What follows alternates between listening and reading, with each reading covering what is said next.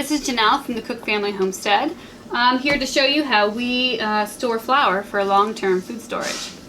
How we store wheat berries for long-term food storage is in these 5-gallon buckets. Now down in our basement, in our food prep area, we have a large variety of these food grade buckets that we picked up from Tractor Supply. And we filled them with the wheat berries and put some oxygen absorbers in each bucket. So that will give us a long-term storage for these wheat berries, at least 10 years. So this is what a wheat berry looks like if you don't know what they look like, because most people buy their flour at their grocery store already processed and in bags. So, but I grind my own flour here at the homestead.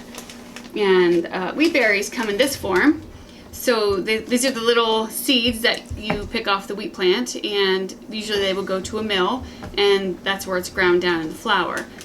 We buy it in this form so we can store it easier, and about 1 cup of these wheat berries will give you about 1.5 cups of flour. So that actually saves a lot of space too. And once we grind that down into flour, we can store it in the freezer and keep it fresh, because this is the freshest state of the wheat berry. Once you grind it into flour, it's not processed in the factory, and this is just the healthiest option. So let me show you how we grind these berries. So these are our grinders. This is the one that I use all the time. This is my electric grinder. It is a Blendtec home kitchen mill. We use this one. It's very easy, it's very quick, but we also do have a hand grinder just in case there's ever a grid down situation, no electricity. We do have an option to still grind our flour, because that will be important for survival issues. These are actually hard to find right now, so they're important to add to your preps. You can probably still find some on eBay or Amazon. So there are different kinds of electric grinders. I have a Blendtec kitchen mill. There are other brands that are either pricier or cheaper, but this was kind of a nice middle of the road mill that we like, and we've had it for well over almost 8 to 10 years, and it's still working great. So I'm happy with this. Now the Blendtec, this is how it comes apart. It's just the motor part is up here. This is the grinder part of it, and you can change the setting how fine you want it ground, because you can grind more than just wheat in this. You can grind flour like we do, you can do corn, you can do oats to make different kinds of flours, but I keep mine right in the middle. It grinds it just great. So you have to put this cup on here. This helps catch the flour as it comes out of the mill, and you also can use this as a measuring cup. So that just snaps right on like that. And this just snaps right onto this base, this clear base, what catches the flour. And just make sure you snap these sides on tight, because when I first used it and I did not know they snapped on tight, flour would just shoot out and make a big mess. So make sure you snap them down till you hear a little click.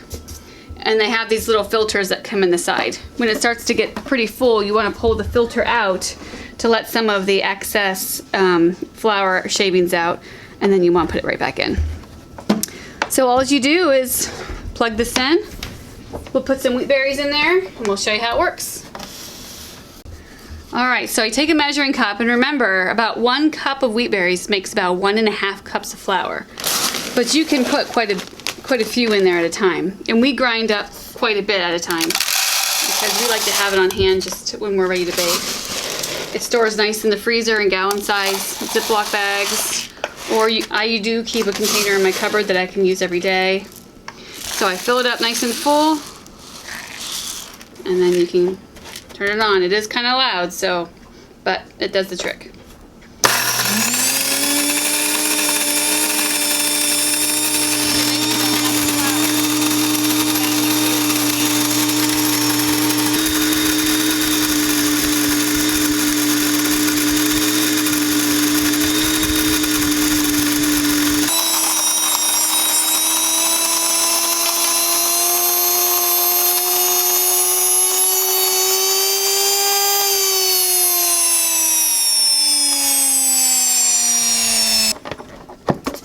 On pretty tight on the sides, so you gotta pull it up.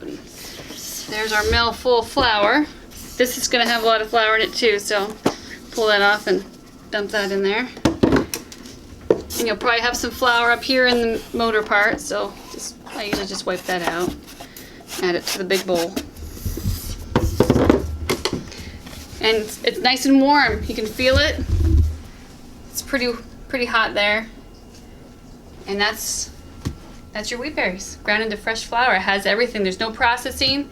Has all the 3 parts of the berry, the wheat germ, the bran, everything that's good for you. It's all in there. Once we have our freshly ground flour, I store mine in the freezer. So I just use gallon-sized bags, and I usually write the date that I ground it on. And then I would store it in these bags, and it stays freshest in the freezer because it's not processed. So you can, it just stays the freshest that way. And it will store longer that way too. I do keep a container in my cupboard because we use flour quite a bit. So if you're gonna go through it quickly, you can just keep some in your cupboard, the stuff that you're gonna use probably within the next couple weeks. And then as that empties, you can take some from your reserves in the freezer and just always have some flour on hand.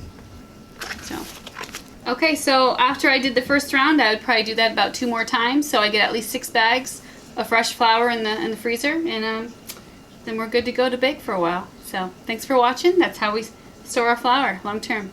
God bless.